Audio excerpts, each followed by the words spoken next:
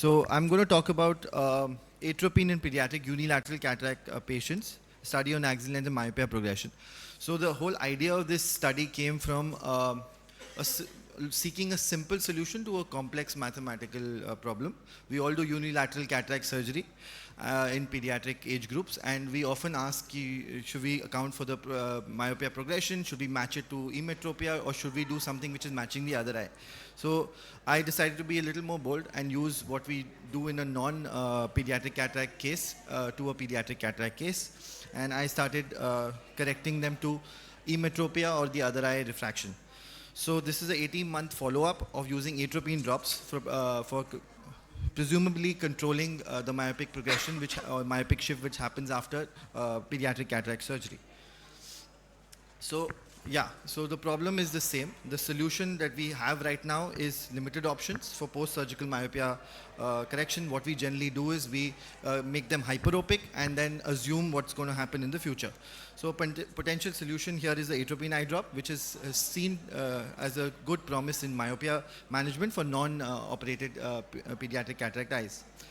So the aim was to find out if they actually work in pediatric unilateral cataract surgeries, and we decided to use either 0.1% or 0.5%, because any which way they are on bifocals. Even a higher dose is something that we are working on in the future.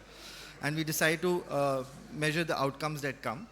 So it was a prospective randomized control trial. Children above 6 years were taken into consideration with unilateral cataract surgery. There was group 1, which was divided into A and B. A was chosen as 0.1% atropine.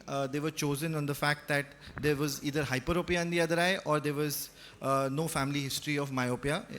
Then otherwise we chose a 0.05 diluted form, which was chosen in cases where either the other eye was myopic or there was a strong family history of myopia in the family.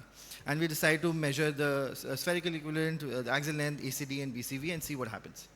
So basically, we corrected for near emetropia or the other eye, depending on how myopic they were. And we decided that we're going to go ahead and look for binocular vision first and getting the amblyopia out of the way, and using atropine to account for myopic progression if there's any.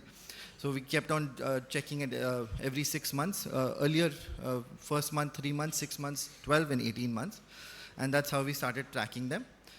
And we did a statistical analysis thereafter. So baseline characteristics, there were 18 unilateral cataracts which were operated, and 14 of them were the ones without the atropine. So 18 were with atropine, 14 were without.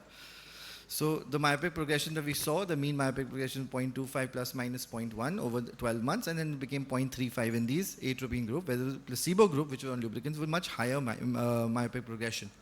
Of about 0.8 plus minus 0.2 diopters.